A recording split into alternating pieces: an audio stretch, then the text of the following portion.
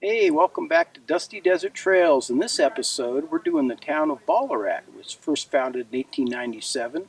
We're going to do a walking tour of the town and show you all the interesting stuff that's still around here, and quite a few other little interesting things, the graveyard and the whole town. Anyway, we're going to get on the little trail here.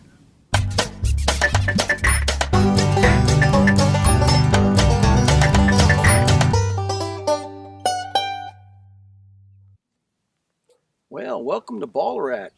This is the start of our little tour here. This is the two-room jail morgue house that was built at a cost of $497.20 in 1897. When they decided that we were going to have a town built here, they needed room for a town to expand.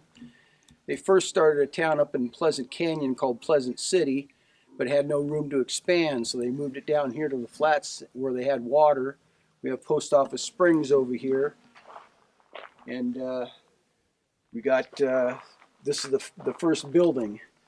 So this is the old morgue jail.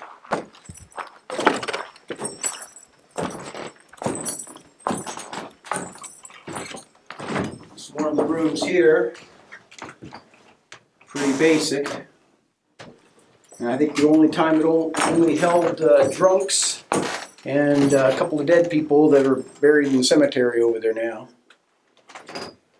But that's about it for this jail for the jail here. We have a couple old remnants over here, ore carts on the track there. Over here is Seldom Seen Slim's. We're going to walk over here and see where Slim used to live. This is the site of Seldom Seen Slim's place.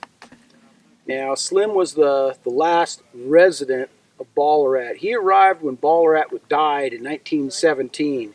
Now, Ballarat was a area supply point. It was never really a big town. It was 300 to 400 people at best. Had a couple blacksmith shops, 3 or 4 feed yards, plenty of saloons, never a church. They had a schoolroom, one-room schoolhouse. We'll go over to that. And I think the schoolhouse only had 7 kids in it at its peak. Anyway, Slim always kept his trailer parked here Indian style. So he'd have, north and south. And after Slim's death, they found $400, and that's what they buried Slim with in the cemetery down there. But Slim never took a bath, so he was pretty raunchy, crusty.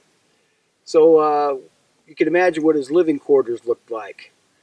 Well, they took his trailer past Post Office Springs out there to the flats and burned it. And you can still see his old trailer frame out there. So when you're going down the road, that's what the old frameworks with the wheels alongside the road is, Slim's old trailer. So anyway, we're gonna stumble down the road down here to the Porter store. Well, this is the foundation and last remaining wall of the L.D. Porter store. Lee and Dell Porter were a pair of brothers that operated a store here. They went on to Rhyolite and operated a store there. There's still a really nice store with L.D. Porter on the front of it there. So this was the main store in town, the general store, post office, and everything else. You can still see it has a concrete floor here. You can see a little bit of the adobe that they put on it on the inside. You got to put some in there. You got to cover this wall every once in a while with some more stuff, some plaster, so that it won't decay and start coming apart. But that's what happened with this whole building here. This is the only wall left. Now, right on the other side of this wall, this is where the windmill for the whole town was, right here. So any old pictures of Ballarat, you'll see the windmill. This is what it's mounted to. You can look down inside this. It only goes down about 8 feet. The water level here is about 15 to 20 feet. So they had water. the water table is not very high or very low here. It's a pretty high water table, but it's all alkaline water from the salt lake. So we're gonna head on down the road here, see a couple more buildings, a couple more sites. The site right next door to this right here, that was where the Callaway Hotel was. That was a 2-story hotel, and they had 6 rooms on the second floor. On the bottom floor, they had a bar, saloon, and eatery, and they had outside stairs to get to the rooms on top. And they also had the rooms that were the premium rate rooms, were the ones that had the burlap hanging down over the windows, and they had water running down the burlap, early forms of air conditioning, so the wind would go through there and you would get some moisture in your air. But that was the premium rooms facing the lake bed. So anyway, we're going to head down to the other buildings right down the road here and see some more history. We got one of the local residents close by here, hide over in the bushes right there. And he's one of the Panamint canaries you hear at night out here. Always fighting and scruffing and stuff. One of the wild burros, the wild burro population out here, the BLM tries to keep it under control. When the miners got done with them, they kind of like turned them loose, and they've been breeding in the wild for years, and they've overpopulated the area. So now the BLM is capturing them and adopting them out to people. But this is one of the wild ones out here. It's a jack. He wasn't too happy with us getting close to his water. Probably a couple years old. Well, I'd like to call this early, not really fast food, but fast booze. This was a walk-up bar. Right here, this right here, that was the shelf that went across the front of this bar. You had a shelf here that you could walk up, order your drink, and they'd hand it to you right here, and you could drink right here or walk off. So this was one of the only walk-up saloons in town. Most of the other ones were, I think Chris Wick's saloon was right over here. He had the only pool table in town. He got it down from Panamint City. That pool table actually came around the Horn and came from San Francisco to Panamint City in 1875. And after Panamint City died in 1876, it was abandoned. Chris Wick knew it was there when he became a bartender here in 1903, I think it was, when he arrived in town. He went up there and got that pool table and brought it down here. He had the only pool table in town. So we're going to head over here, see Fred Gray's house, and where they started filming the movie Easy Rider.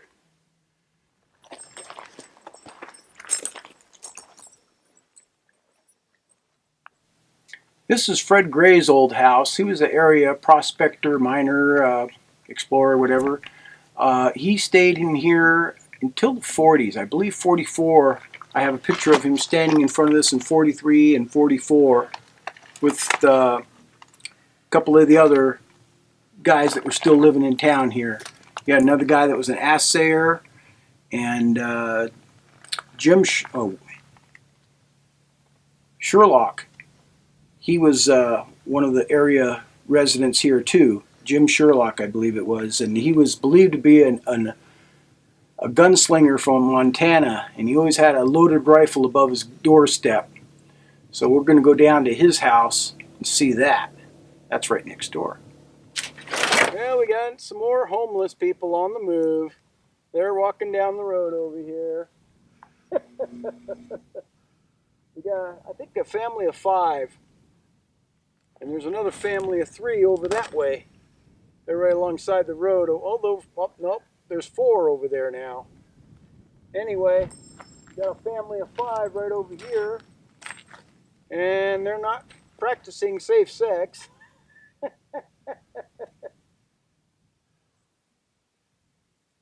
Anyway, that's some of the population that keeps doubling out here every year. So they got a relocation center outside of Ridgecrest. Go and get yourself signed up, get yourself a free donkey. There's 3 of them.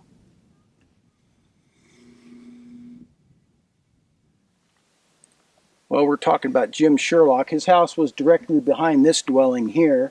This dwelling looked like it almost had a basement in it, so I don't know what this building was. Probably another general store. The only ones that really had basements for extra storage would be a general store.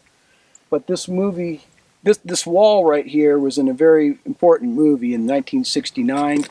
They started filming the movie Easy Rider right here. When they first got on the motorcycles and had the money in the gas tank and everything, you could see Fred Gray's house right there as they're driving by it this way on the motorcycles, and they pull up to the wall right here. And Peter Fonda looks at his watch, takes his watch off and throws it at the base of that wall right there, and heads on down the road with his buddy. And at the start of the movie Easy Rider, right here.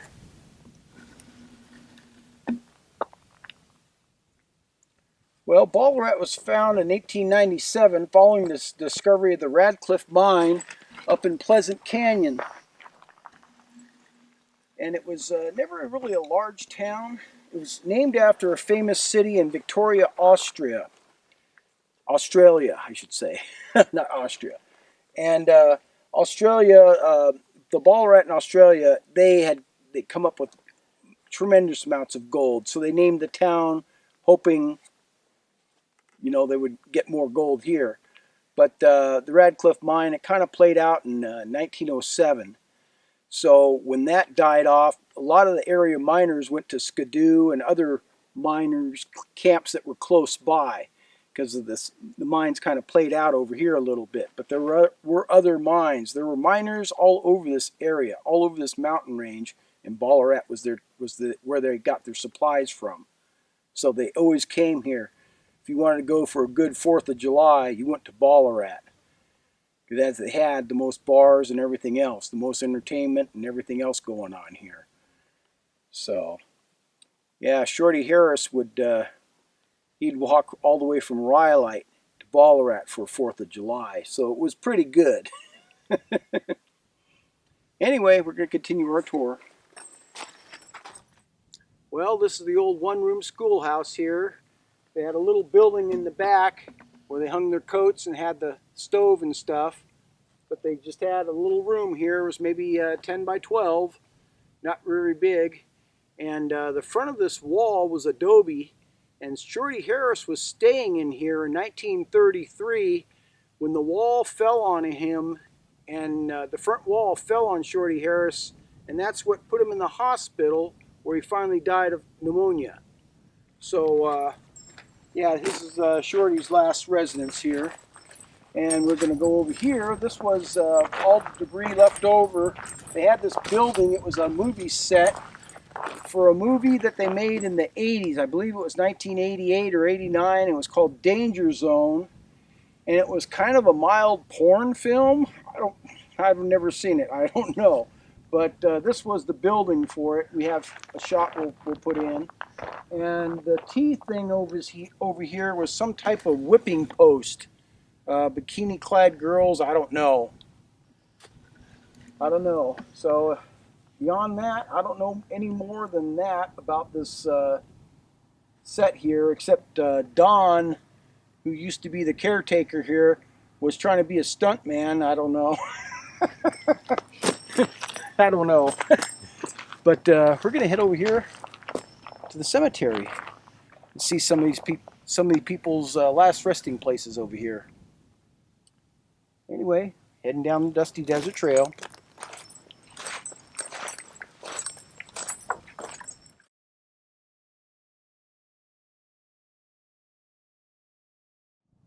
Well, this is the final resting spot for Seldom Seen Slim, Charles Fergie, Prospector, 1889, 1968. Me? Lonely? Hell no! I'm half wild coyote and half wild burro. Right there on his gravestone. So this is what his $400 paid for, his little fence around his grave and everything. And this is one of the only graves that's marked with a permanent marker like that. There's a couple other ones that have a couple markers, and there's been a couple new ones that showed up. This one right here, Wriggle, Norma A. and Phyllis Ward Wriggle, and Jackpot, I guess, was their dog, 1960 to 72. And that's a pretty new one there, 2004, 2005.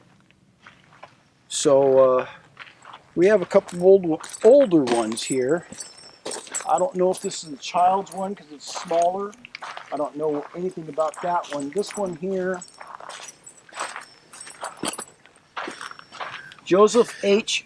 Gorslein, born Randolph, New York, March 6, 1849, died Los Angeles, June 15, 1924. So 1924 is this grave. This one has a gravestone, but it doesn't say anything. So is that one. That one's a wooden one. Now, John Benny, he was a stagecoach passenger coming on the stagecoach coming in. It was summertime. They had a can of tomatoes in there, and they opened them up and had them for lunch. And he just couldn't stand to see them thrown away. So he had them for dinner and died of ptomaine poisoning. They warned him not to eat the tomatoes after they'd been open for so long, but he ate them anyway and died of ptomaine poisoning. So food poisoning, this guy.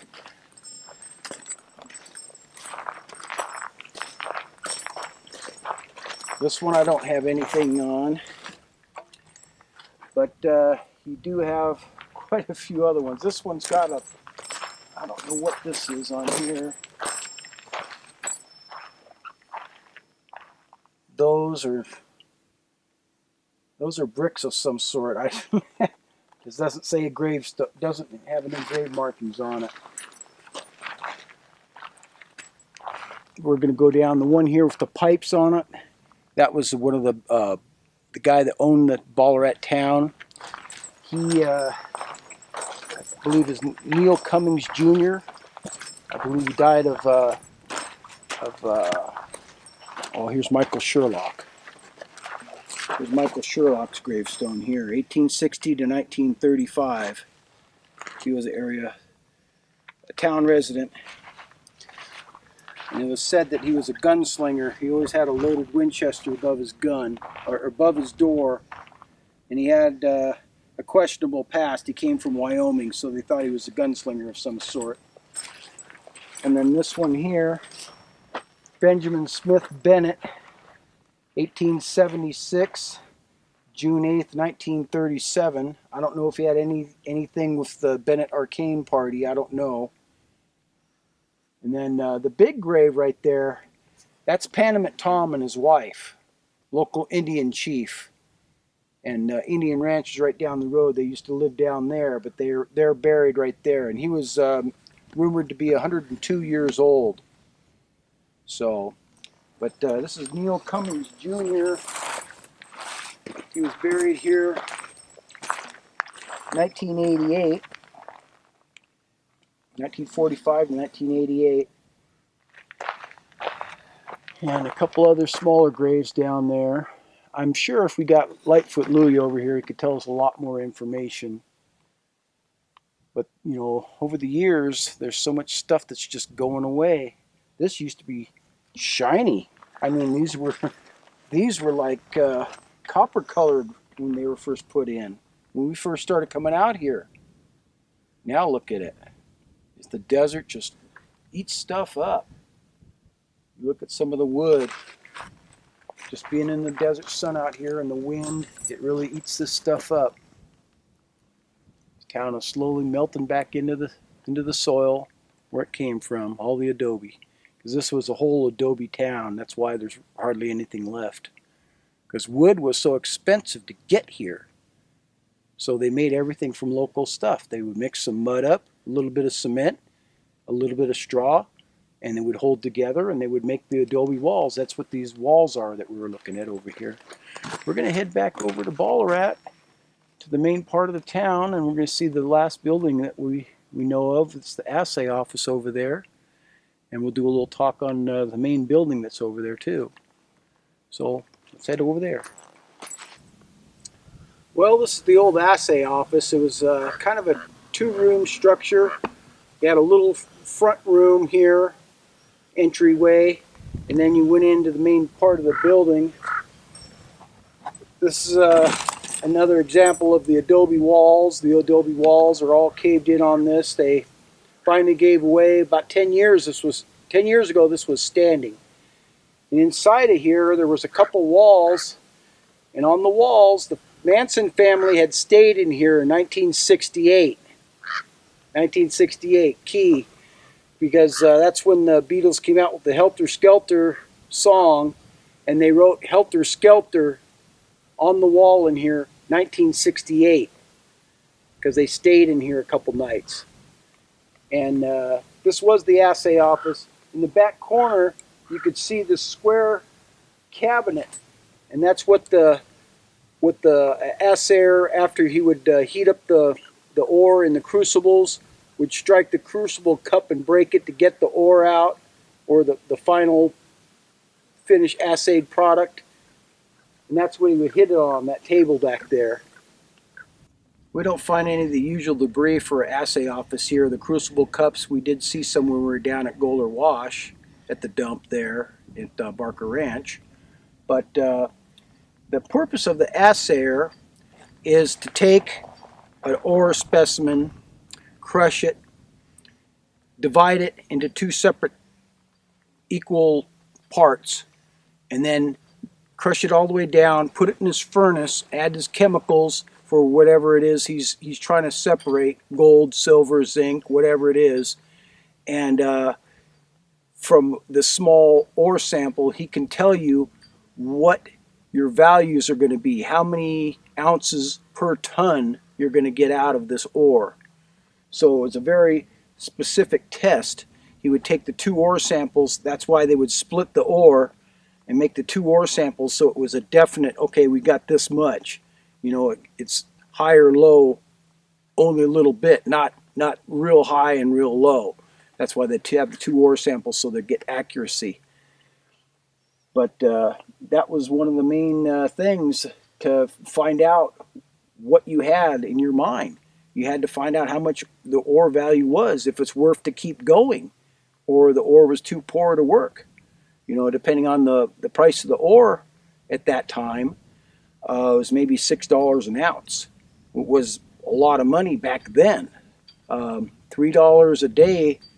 $3, if you got $3 for a day's work back then, you were doing really good. But the miners, that's what they usually made, is about $3 a day. So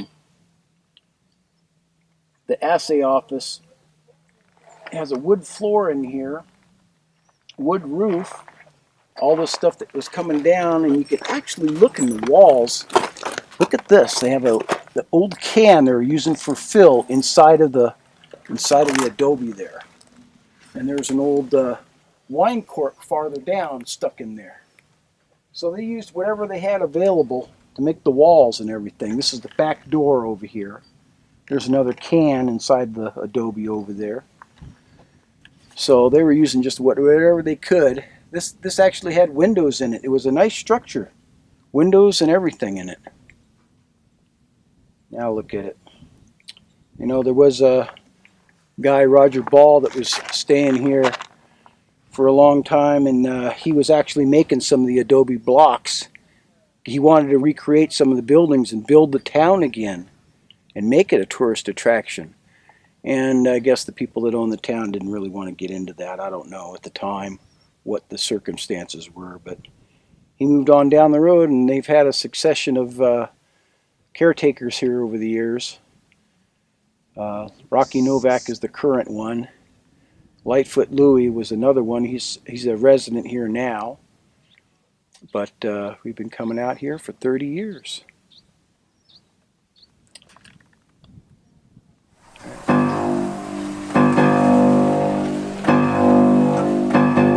Better hit that subscribe button. We're running out of time here. We're running out of real serious time. We're going to have some dynamite episodes. You better hurry up.